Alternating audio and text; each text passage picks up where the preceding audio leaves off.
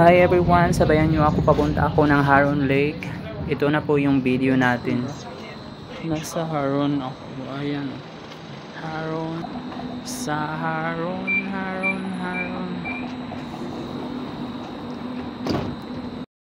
Hi everyone, sabayan nyo ako, papunta na po tayo ng Haron Lake. So ayan po, yung sinakyan ko po doon is 17 Preco po. So galing po yan siya ng Main Square, I think, yung Preco na yan. Pero sa Binocoba na ako doon ako nag-start papunta doon sa Subskimos. Preco yung sinakyan ko. So papunta na ako ng Haron dito kasi in-invite ako ng friend ko na nag-celebrate ng kanyang birthday sa Haron Lake. So yung Haron Lake, isa rin to palang tourist spot dito sa kanila pag summer na po kasi ang ganda din ng view dito. Tapos may parang bukid sila dito, yung mga kahoy-kahoy doon, meron po doon yung Encantadia yung tawag nila doon. So ando na yung friend ko, pumunta lang ako mag-isa. Kahit di ko alam to, na ginugel ko lang kasi wala naman akong trabaho. So para hindi ako ma-stress, mag-relax muna ako while waiting po sa aking working permit. So ito po yun, yung doon talaga ako sa mismo sa Haron tram station ako bumaba. Tapos mag left side ka na lakad. So pag nakita mo na yung simbahan, straighten mo lang doon hanggang dulo. Tapos ayun na po, andito na po tayo sa Haron Lake. Ito yung lake nila dito. Para lang siyang sapa sa atin sa Pilipinas. Ayan, may mga ano yung tawag doon, parang gansa ata yan siya, na malalaking mga pato ba yan siya. Wala po tayong po ngayon yung part-time. So yung part-time ko pala is yung parang on-call lang siya. Tatawagan lang ako pag kailangan nila ako. So okay na rin, at least nakatrabaho ako doon ng mga 15 days. Nakatulong-tulong na rin siya sa aking pang-allowance dito. So at least hindi pa rin tayo pinabayaan.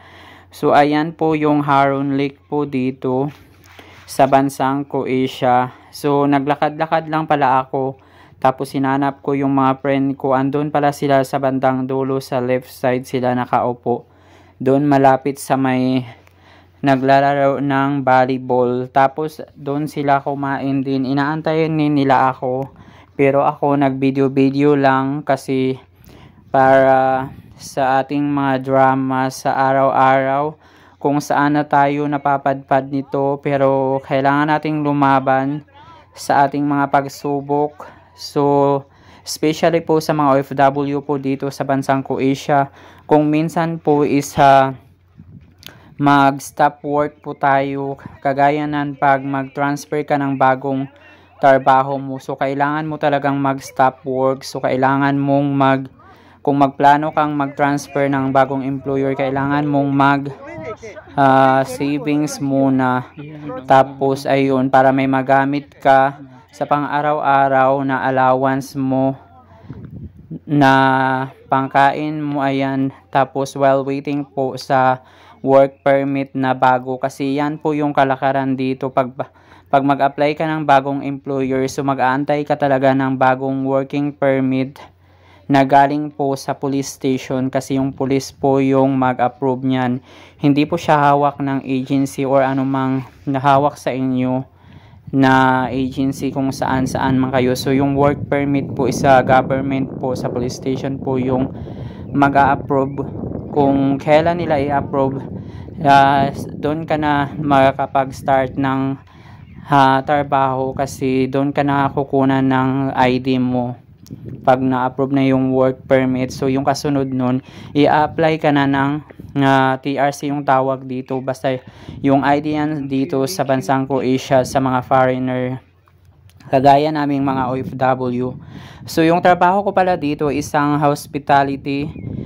Nabilong po siya sa mga anong tawag doon na trabaho. Yung 6 months po.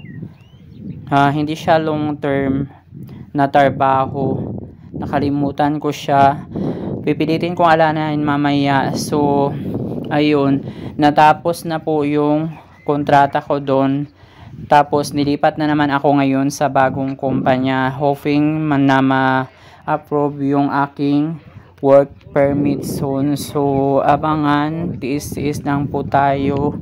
Kahit mga na-stress na tayo dito. Pero kailangan nating lumaban kasi para sa future natin at sa ating family. So, wag lang tayong mawala ng pag-asa. Tuloy pa rin yung ating mga pangarap sa buhay. Pagkatapos nito, kinabukasan, nagplano po sila ng mga bago kong friend na pupunta daw kami sa Slimy Mountain. So, abangan nyo rin yan yung aking bagong drama na pupunta tayo ng Slimy Mountain. So, magbibideo po tayo soon. Manood lang kayo sa ating mga video kung anong mga karanasan natin dito sa bansang Croatia. Seasonal pala yung tawag noon sa trabaho sa mga hospitality, yung na-assign sa mga isla kagaya ng Dubrovnik. Basta maraming isla dito, Split. Basta yung mga yung malapit sa dagat, yan po yung mga seasonal. Pag dito ka sa city, long term naman po dito po, mag 1 year po. Actually 1 year na po yung work permit mo, pero yung nasa kontrata mo pag seasonal ka is every 6 months lang po. Depende na po yan siya sa employer mo. Kung okay yung performance mo, so ituloy nila yung kontrata sa iyo. Pero kung hindi ka nila gusto, pwede ka nilang isauli sa agency. So, yung agency naman yung maghanap sa iyo ng trabaho mo or bagong employer na papasukan mo dito. So, good thing lang po yung pag may agency ka dito kasi sila yung maghanap sa iyo ng trabaho. So, bawal ka na mag-inarte dito pag andito ka na kung ano yung ibigay sa iyo. So, yun na yun yung tatarbahoan mo.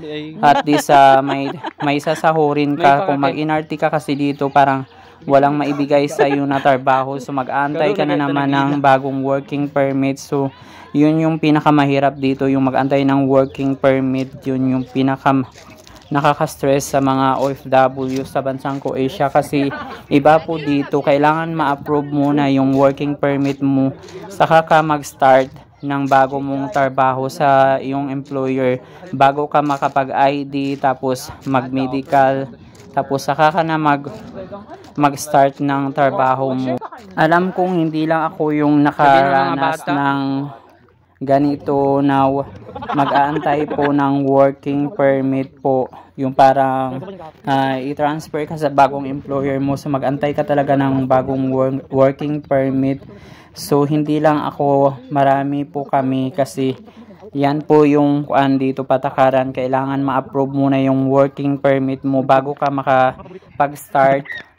Kasi yung working permit, yan yung isang requirements sa pag-apply ng ID mo. So pag na-approve na yung working permit mo, so ikukontak ka ng agency na yan, mag-apply ka na ng ID mo sa police station. Tapos ayun na, mag-medical, lahat na ng kailangan.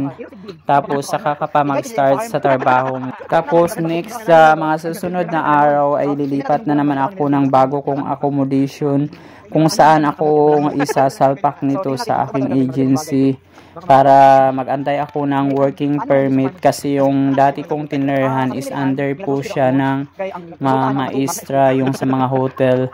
Tapos yun, while waiting po ng aking working permit, doon muna ako sa accommodation ng aming agency. Tapos ito pala yung mga kasama ko sa yung pumunta kami ng Haron Lake, yung mga friend ko na bago. Actually, bago lang tong friend na meet ko lang sila online. Tapos, yung iba dito is galing po pala din sila ng Qatar. Tapos, sa KFC din sila nagtrabaho. Kaya, tapos pumunta kami dito sa may mga, ito po, yung parang gubat nila dito sa Haron Lake. Yan, naglibot-libot lang kami. Tapos, ang ganda din dito, may mga lawa. Ito po yung Haron Lake. Tapos may mga gubat po doon sa dulo. Encantadia yung tawag nila. So, namasyal kami dito ng mga kaibigan kong mga munyeka. Ayan po si Juan Rara, ang babaeng tuko.